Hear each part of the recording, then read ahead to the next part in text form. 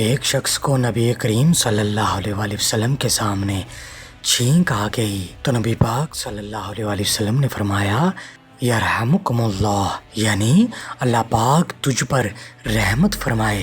اس کے بعد اس شخص کو پھر چھینک آئی تو نبی کریم صلی اللہ علیہ وآلہ وسلم نے فرمایا اس بندے کو زکام ہے، اس لیے ہر بار یرحمکم اللہ کہنا ضروری نہیں۔